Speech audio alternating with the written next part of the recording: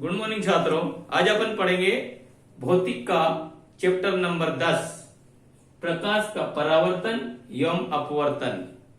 यदि आपको ये चैप्टर समझ में आए तो मेरे चैनल को सब्सक्राइब जरूर करिएगा और साथ में अपने दोस्तों को भी शेयर करना। तो देखिए अपन शुरू करते हैं प्रकाश का परावर्तन एवं अपवर्तन। देखिए परावर्तन का मतलब क्या होता है। जब कोई प्रकाश किरण किसी तल से टकराती, जैसे मान लीजिए ये एक मिरर लेते हैं, मिरर है ये, मिरर का मतलब होता है दर्पण, किसी तल से टकराती है और दूसरे मार्ग से परावर्तित हो जाती है तो इसे हम कहते हैं प्रकाश का परावर्तन। प्रकाश का परावर्तन आया समझ में। इसमें देखिए ये है अपतित किरण, इसे हम अपतित किरण कहते हैं और इसको हम परावर्तित किरण कहते हैं। परावर्तित किरण। साथ में अगर हम यहां से ये डालेंगे तो इसको अभिलंब कहते हैं, अभिलंब। और ये जो कोण बनेगा इसे अपतन कोण कहते हैं, इसलिए आई से दर्शाते हैं। आई माने अपतन कोण, अपतन कोण। साथ में इसे हम आर से दर्शाते हैं, इसे कहते हैं परावर्तन कोण, परावर्तन कोण। आया समझ में। तो उतार लीजिए, फिर मैं आपको बताता हूं प्रकाश के नियम। तो देखिए हम प्रश्न लेते हैं कि प्रकाश का परावर्तन किसे कहते हैं। अब देखिए उत्तर में आएगा कि जब कोई प्रकाश किरण, देखिए ये प्रकाश किरण है, किसी परावर्तक पृष्ठ से टकराकर, परावर्तक पृष्ठ माने ये से टकराकर दूसरे मार्ग से चली जाती है, मतलब देखिए ये जिस तरह से जा रही है तो उसे प्रकाश का परावर्तन कहते हैं। तो प्रकाश का परावर्तन करने का लिए की परिभाषा होती है कि जब कोई आपतित किरण किसी परावर्तक पृष्ठ से टकराकर दूसरे मार्ग से चली जाती है तो इसे हम कहते हैं प्रकाश का परावर्तन। तो इस प्रकार से इस प्रश्न का उत्तर ये हुआ। उतार लीजिए। अब देखिए अगला प्रश्न है कि परावर्तन के नियम लिखो। तो प्रकाश परावर्तन के दो नियम होते हैं। सबसे पहला होता है कि अपतित किरण अभिलंब एवं परावर्तित किरण एक ही तल में होते हैं।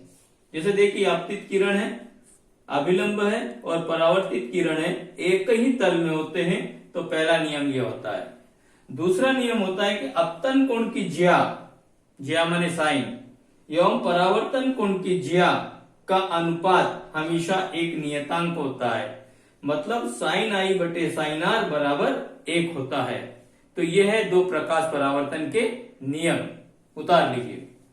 अब दूसरा नियम देखिए। दूसरा नियम है कि अपतन कोण एवं परावर्तन कोण हमेशा बराबर होते हैं। जैसे साइन आई बटे साइन आर। अगर हम इसको देखना चाहें तो देखिए ये है अभिलंब और ये जो कोण बनेगा ये अपतन कोण है और ये जो बनेगा ये परावर्तन कोण है। तो हमेशा साइन आई बराबर साइन आर होता है। आया समझ में। तो ये है दूसरा नियम। पहला नियम मैंने आपको बताया कि अपतित किरण अभिलंब एवं परावर्तित किरण हमेशा एक ही तल में होते हैं और दूसरा नियम मैंने आपको यह बताया अपतन कोण एवं परावर्तन कोण हमेशा बराबर होते हैं। तो नोट कर लीजिए। अगला प्रश्न है कि दर्पण के प्रकार लिखकर वक्रता केंद्र, फोकस, मुख्य अक्ष और ध्रुव को परिभाषित कीजिए। तो इसके लिए क्या करेंगे, सबसे पहले उत्तर लिखेंगे। दर्पण के दो प्रकार होते हैं। दर्पण दो प्रकार का होता है, एक होता है अवतल दर्पण और दूसरा होता है उत्तल दर्पण। अवतल दर्पण को इस तरह से दिखाते हैं और उत्तल दर्पण को इस तरह से दिखाते हैं।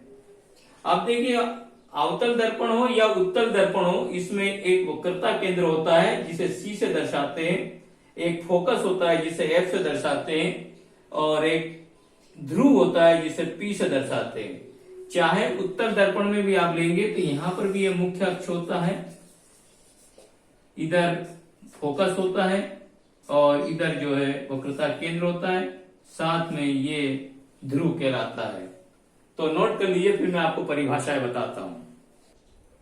अब देखिए वक्रता केंद्र की परिभाषा लिखेंगे तो दर्पण के केंद्र को, मान लीजिए दर्पण का केंद्र कैसे, जैसे ये दर्पण है, अवतल दर्पण मान लेते हैं, तो इसका जो केंद्र होता है ये C, इसको हम वक्रता केंद्र कहते हैं। उसी तरह से फोकस, वह बिंदु जिससे होकर सभी किरणें गुजरती है परावर्तन के पश्चात। परावर्तन के पश्चात जो जिस बिंदु से सभी किरणें गुजरती है उसे हम कहते हैं फोकस। और उसी तरह से ध्रुव का मतलब होता है गोलीय दर्पण के परावर्तक पृष्ठ के मध्य बिंदु। जैसे मान लीजिए अगर मैं यहां पर बताऊं तो ये जो मध्य बिंदु है परावर्तक पृष्ठ का, इसे हम कहते हैं ध्रुव। उसी तरह से मुख्य अक्ष की परिभाषा होती है, ये मुख्य अक्ष है, ये ध्रुव है, ये फोकस है।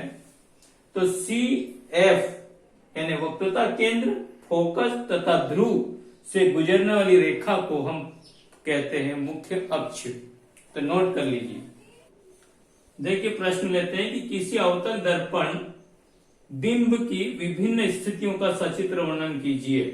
तो सबसे पहले इसमें उत्तर में, जब हम वस्तु अनंत पर रखें, मतलब देखिए अनंत पे रखी है वस्तु, तो उसका प्रतिबिंब कैसा बनेगा। तो देखिए ये आपतित किरण है, आपतित किरण है, ये परावर्तन के पश्चात फोकस से जाती है, चाहे इधर से ले लीजिए आप, ये भी आपतित किरण है, परावर्तन के पश्चात फोकस से जाती है।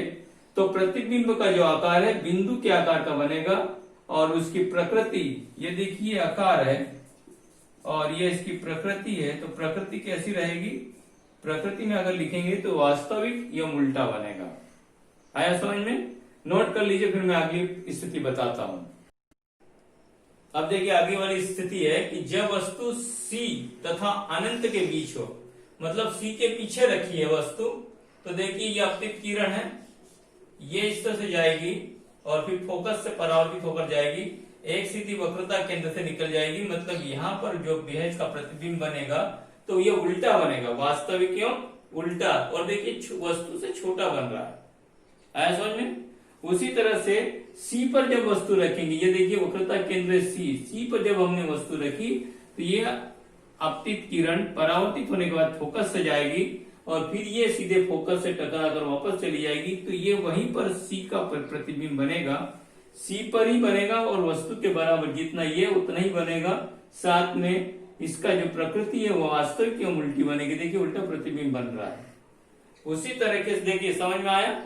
अब देखिए अब ये स्थिति है कि जब वस्तु C और F के बीच में होगी, C और F के बीच में होगी, तो देखिए ये यहां पर रखी हमने वस्तु, इसको नाम दे देते A, इसको नाम दे देते B।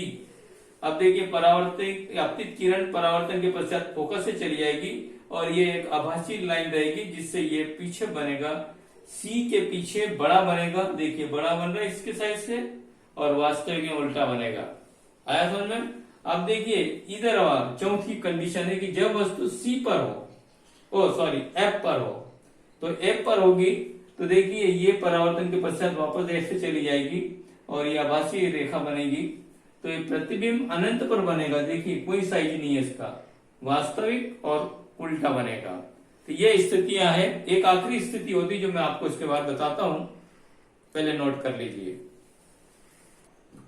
देखिए आखिरी स्थिति है कि जब वस्तु P तथा F के बीच हो, यानी ध्रुव और फोकस के बीच जो वस्तु रखी जाएगी तो इसका प्रतिबिंब दर्पण के पीछे बनेगा और साथ में बड़ा बनेगा। देखिए क्योंकि यहाँ पर वापस जाने के लिए कोई जगह नहीं है, तो यह आभासी वक्रता केंद्र से चली जाएगी और साथ में ये टकराकर पोल से नीचे चली जाएगी, तो इस प्रकार से वस्तु से बड़ा बनेगा और आभासी एवं सीधा बनेगा। तो ये एकमात्र ऐसा वो स्थिति है जिसमें प्रतिबिंब आभासी और सीधा बनता है। ठीक है, तो नोट कर लीजिए। अगला प्रश्न फिर लेते हैं। अगला प्रश्न लेते हैं कि UVF में संबंध बताने वाला दर्पण सूत्र लिखकर रेखिक आवर्धन क्षमता को परिभाषित कीजिए। देखिए प्रश्न समझ में आया? तो हम दर्पण सूत्र लिखेंगे। दर्पण सूत्र होता है 1/f is equal to 1/u plus 1/v, जहां पर f का मतलब था फोकस दूरी, u का मतलब था वस्तु की दर्पण से दूरी v का मतलब होता है प्रतिबिंब की दूरी। जैसे मैंने आपको बताया था कि जैसे ये दर्पण है, मान लीजिए यहां पर मैंने ये वस्तु f फोकस है, ये c है, मैंने एक वस्तु को यहां पे रख दिया c और f के बीच में, तो क्या होगा, ये जो है इसमें से टकरा कर वापस जाएगी। आया समझ में? और उसी तरीके से जो भी प्रतिबिंब बनेगा इसके बीच में, जैसे मान लीजिए यहां से टकरा कर ये वापस चली गई तो ये प्रतिबिंब बनेगा। तो ये जो दूरी है, इस दूरी को हम माइनस यू कहेंगे। ये जो दूरी है ये माइनस एफ होती है, और ये प्रतिबिंब से जो दूरी है इसकी, ये माइनस वी होती है।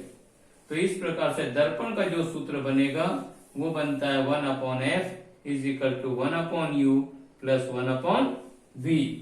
आप देखिए रैखिक आवर्धन क्षमता की परिभाषा देखिए आप, तो इसमें क्या है कि वस्तु की दूरी, यानी देखिए ये वस्तु की दूरी ये दर्पण से, वस्तु की दर्पण से दूरी और प्रतिबिंब की दर्पण से दूरी के अनुपात को रैखिक आवर्धन क्षमता कहते हैं।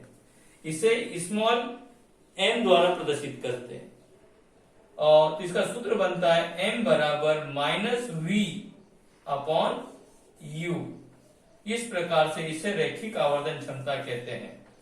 मतलब रैखिक आवर्धन क्षमता का मतलब वस्तु की दूरी दर्पण से और प्रतिबिंब की दूरी के अनुपात को हम रैखिक आवर्धन क्षमता कहते हैं।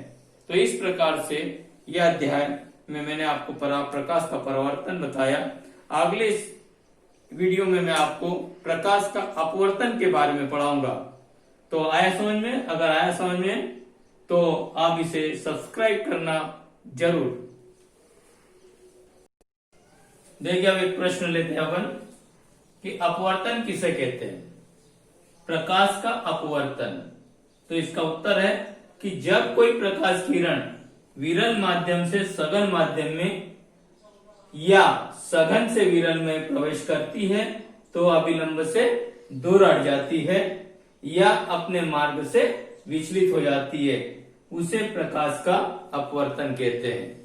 यानी एक माध्यम विरल माध्यम से सघन माध्यम में या सघन माध्यम से विरल माध्यम में जब प्रवेश करती है तो वो अभिलंब से विचलित हो जाती है या दूर हट जाती है।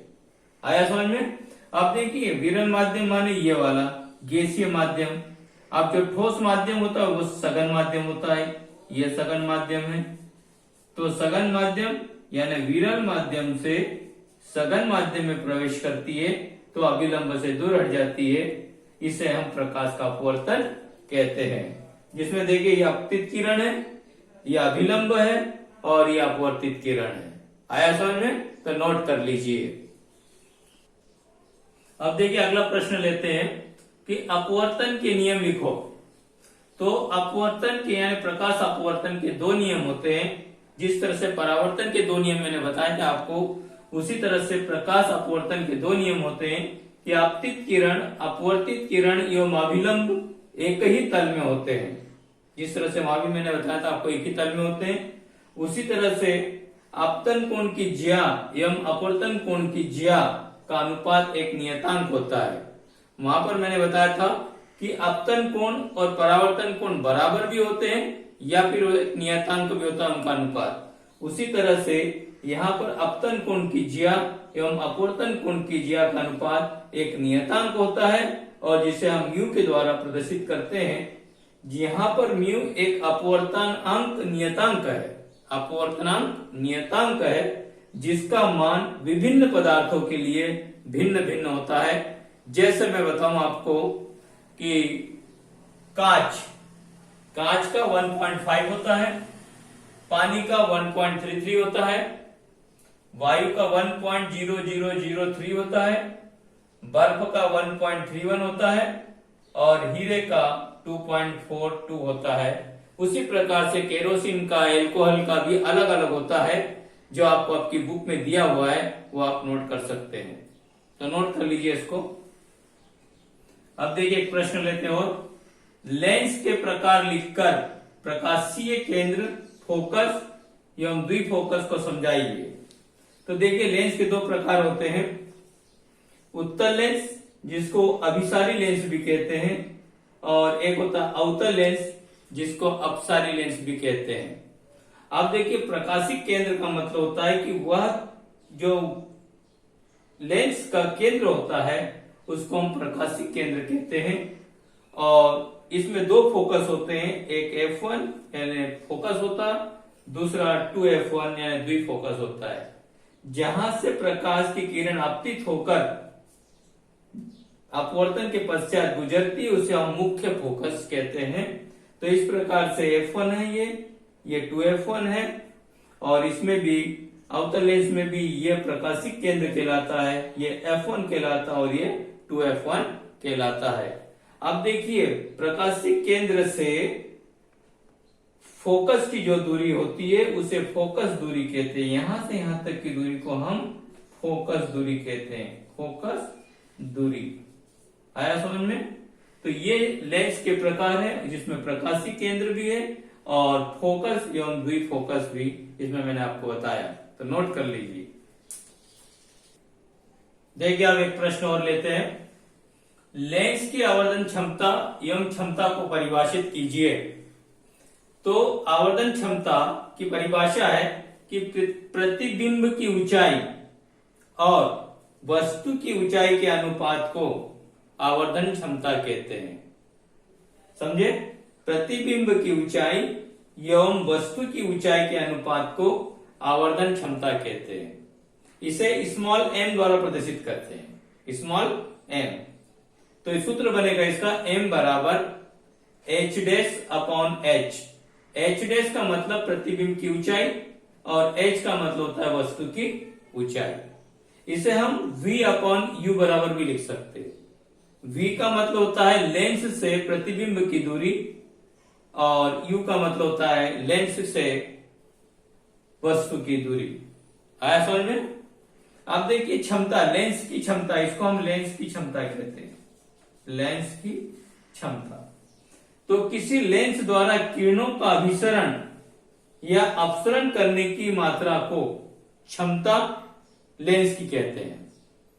अभिसरण करना या फिर अपसरण करने की मात्रा को, यानी परावर्तन या अपवर्तन करने की मात्रा को हम करते हैं उसकी क्षमता। अब देखिए इसे P द्वारा प्रदर्शित करते हैं। किसके द्वारा? P द्वारा। इसका सूत्र बनता है P बराबर 1/F, जहां P का मतलब पावर और F का मतलब फोकस दूरी होता है। अब देखिए हम इसमें इसका SI मात्रक, पावर यानी लेंस की क्षमता का SI मात्रक डायोप्टर D होता है। 1 D बराबर 1 प्रति मीटर ये होता है, 1 डायोप्टर बराबर 1 प्रति मीटर होता है, और इसका मान उत्तल लेंस के लिए हमेशा धनात्मक होता है और अवतल लेंस के लिए हमेशा ऋणात्मक होता है।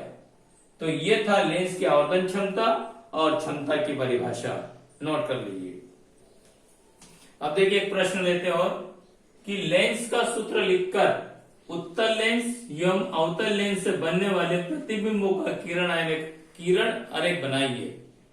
तो देखिए सबसे पहले लेंस सूत्र लिखेंगे 1/f is equal to 1/v minus 1/u होता है, जहां पर f तो फोकस दूरी है, v जो है प्रतिबिंब की दूरी प्रकाशीय केंद्र से है, और वह u मतलब वस्तु की दूरी वो भी प्रकाशीय केंद्र से, प्रकाशीय केंद्र मतलब O ये है।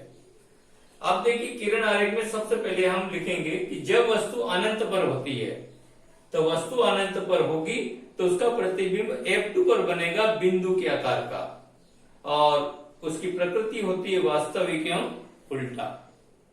उसी तरह से जब वस्तु F2 और अनंत के बीच हो, मतलब ये F2 है, F2 लिखेंगे इसको, F2 और अनंत के बीच में होती है, तो ये जो बनेगा इसका प्रतिबिंब 2F2 और F2 के बीच में बनेगा, लेकिन वस्तु से छोटा, और उसकी प्रकृति होगी वास्तविक एवं उल्टा। अब देखिए तीसरा जो है, जब वस्तु 2F1 पर होती है, देखिए यहां पर तो देखिए ये अपतित किरण है, ये सारी की सारी अपतित किरणें हैं। अपतित किरण ये भी है और अपतित किरण ये भी है, अपतित किरण ये भी है। ठीक है, ये जो होती है ये किरणें जो है, अब देखिए जब वस्तु 2f1 पर हो तो क्या होगा, ये जो बनेगा 2f2 पर ही इसका प्रतिबिंब बनता है। आया समझ में? और वस्तु के आकार का ही बनता है, वस्तु के बराबर। और इसकी प्रकृति भी वास्तविक में कैसे होती है, उल्टा होती है। तो ये किरण आरेख है, उतार लीजिए। देखिए अगले वाली स्थिति है कि जब वस्तु 2f1 और f1 के बीच हो तो क्या होगा कि प्रतिबिंब वस्तु से बड़ा बनेगा, साथ में वास्तविक एवं बड़ा होगा। वास्तविक एवं उल्टा, सॉरी यहां लिखाएंगे वास्तविक एवं उल्टा। तो जब वस्तु 2f1 और f1 के बीच में हो तो प्रतिबिंब वस्तु से बड़ा बनेगा, लेकिन वास्तविक एवं उल्टा बनेगा। साथ में जब वस्तु f1 पर हो यहां पर, तो देखिए अनंत पर प्रतिबिंब बनेगा और साथ में वास्तविक एवं उल्टा होगा। उसी तरह से जब वस्तु f1 और प्रकाशीय केंद्र के बीच में, देखो f1 और प्रकाशीय केंद्र के बीच में होगा तो ये पीछे की साइड में बनेगा, 2f1 के पीछे आभासी बनेगा एवं सीधा बनेगा, लेकिन वस्तु से बहुत बड़ा बनेगा। आया समझ में? तो ये सारा था प्रकाश का परावर्तन और अपवर्तन का अध्याय, जो शायद आपको समझ में आया होगा। यदि यह समझ में आया तो आप इसको चैनल को सब्सक्राइब जरूर करिएगा।